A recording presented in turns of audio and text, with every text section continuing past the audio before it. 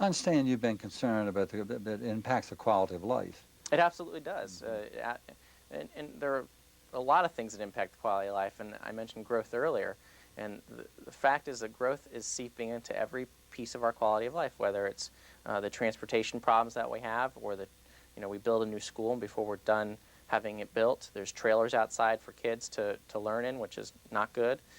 We have our public safety resources very taxed. To even one gentleman, I went to his door once, and he is in charge of the Prince William Soccer League. And he said that, yeah, I care about transportation, education. Those things are all very important. The thing that affects me the most in my life is that there's not enough soccer fields to provide a place for all the kids that want to play soccer. And if we're not providing recreational opportunities for these kids, then a lot of times they might go find other things to do and other things that we don't really want them to do.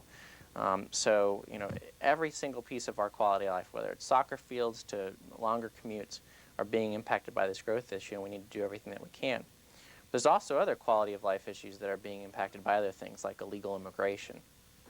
And one of the things that I just passed a bill out of the House that would permit the state police to enter into an agreement with the federal immigration officials to allow them to enforce our immigration laws, and we're very excited about that. They won't have to enforce the laws. It's an option. It's just one more tool for their toolbox. So if they, in the normal course of their day-to-day duties, if they feel like that they need to do that, then they'll have the ability to do it, but they don't have to. So we're looking forward to that. And other things are, again, tax issues, I believe, also affect people's quality of life. The car tax, it's a promise we all made a long time ago, and we need to keep that promise. So I've reintroduced for the second year in a row the Keep Our Promise Act. This year it's the 2006 Keep Our Promise Act of 2006 instead of the Keep Our Promise Act of 2005. And that will finally get rid of the car tax. And if we had not capped it as part of the tax increase in 2004, the car tax would be 100% eliminated right now because of the surplus that we have. And then finally, the sales tax holiday, which is a bill that I filed last year and again this year. You're the one you filed that. I filed it last year, and I filed it again. Picking up some traction. That's right. And this year we're moving it forward. Very excited about that. It'll give. Well, that's really, I remember that from last year. Now that you remind me, but that was very close to you. You felt that certainly with computers and things like that today are fairly expensive, right. and going back to school can be a really harsh thing. You can't. Well, expensive. we need to make sure that kids have the tools that they. I talked a minute ago about law enforcement having some of the tools that they need. Well, we need to make sure that students have the tools that they need to go to school and to learn, and to give them all the opportunities that they have to be anything and everything they might want to be in their futures. And so I think it's important to give families the opportunity to not have government interfere with them helping their kids to get the supplies and things that they need to learn. And as well with teachers, a lot of teachers, teachers don't make enough as it is. But teachers have really a thankless job, and we really appreciate all that they do. One of the things that they do is they'll buy supplies for their kids that can't afford it, for their students that can't afford it. This will also give them an opportunity to have a little bit of savings, because if they do decide to do that, which they shouldn't have to do, but if they're gracious enough to do that, then they'll be able to go do that and not have to pay sales taxes on those supplies either. Is it a very diversity of your constituents? I think I think my constituents are largely hard workers, middle class. They move to Prince William because they want to build a better future for themselves and for their families. Whether they're black, white, red, orange, whatever color, from whatever culture, they all believe, I think, in the same thing, that they want to provide their kids with a good education, that they want to be able to move around, they want to be able to go to the grocery store without having to take half an hour to go a mile to get a gallon of milk. They want to be able to go to the 7-Eleven in the morning with their kids in the minivan and not be accosted by 30 day laborers looking for work. They want to be able to live in their home without having to pay increased taxes, property taxes, year after year after year, dipping into their family budgets. And I think that they want to be able to enjoy our beautiful environment, our beautiful parks and recreation. As I said, I represent the whole Potomac River in Prince William County. That's a resource that we need to protect, and I'm glad that my caucus and I have been moving forward with doing some more to clean up the Chesapeake Bay. That's nice you're a team player. Tell me about your caucus, because it's highly respected.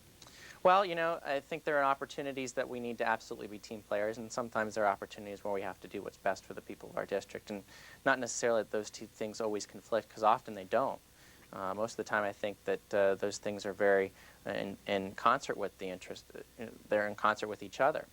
But I think I do what's in the best interest of, of the people that elected me. I keep my promises that I stood before the electorate and asked them for their vote the first time and asked them for re-election recently in November.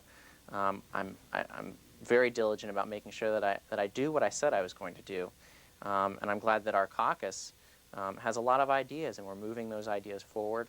We're very reform-minded. I might argue sometimes not as reform-minded as I'd like them to be. But we're taking steps forward, and we're doing the best job we can.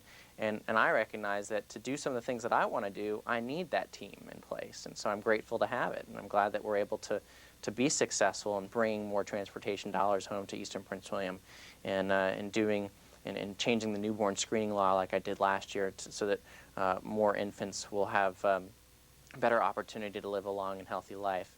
And to do the things that we're doing this year, like the sales tax holiday and giving local government some more tools for growth, as well as one of the things that I got out of committee yesterday was a truth in taxation notice. I mentioned property taxes a minute ago, and unfortunately we have a situation where people are getting their property tax bills and they're experiencing 25%, 30% increases from the prior year.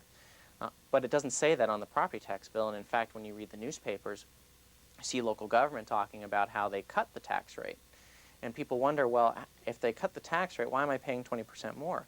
Well, my truth in taxation notice would do just that. It would say on the tax assessment exactly what the change in the assessment is and what the percentage change is, what they paid last year and what they're going to pay, what they're being asked to pay this year.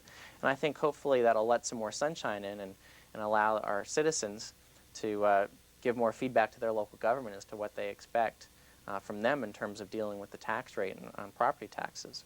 So all the things you promised during your campaign, you're really very diligently trying to fulfill, is that correct? I absolutely am. I'm doing everything I promised I would do. I can't necessarily promise results in terms of this will become law next year or that will be the case this year. But I said I was going to work on growth, and I'm working on it very hard. I said I was going to work to increase transportation funding to Eastern Prince William County. I've done some of that. A lot more needs to be done. I'm going to continue to do that.